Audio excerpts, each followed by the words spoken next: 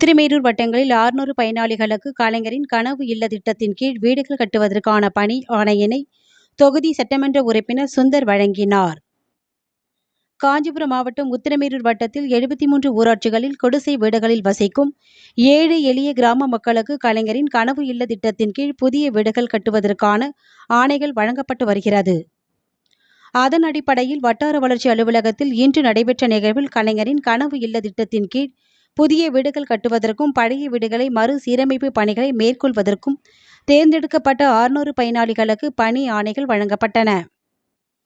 இந்நிகழ்விற்கு ஒன்றிய குழு பெருந்தலைவர் ஹேமலதா தலைமை தாங்கினார்.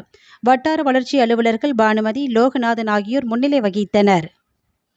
காஞ்சிபுரம் தெற்கு மாவட்ட செயலாளர் க. சுந்தர், காஞ்சிபுரம் நாடாளுமன்ற உறுப்பினர் கே. செல்வம் ஆகியோர் பங்கேற்று கலைஞரின் கனவு இல்ல திட்டத்தின் கீழ் 600 பயனாளிகளுக்கு வீடு கட்டுவதற்கான பணி ஆணை வழங்கி திமுக அரசு பொறுப்பேற்று 3 ஆண்டுகளை கடந்துள்ள நிலையில் ஏழை எளிய மக்கள் பயனடையும் திட்டங்கள் குறித்து விளக்கி பேசினார்.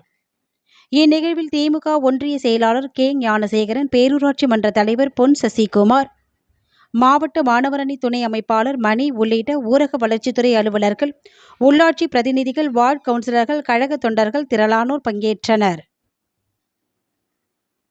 அன்றைக்கு நிறைய மக்கள் குடிசைகளில் வாழ்ந்துட்டாங்க. அது குறிப்பா சென்னை போன்ற பெருநகரங்கள்ல குடிசைவாசிகள் பிளாட்பார்மில் நிறைய பேர் இருக்காங்க.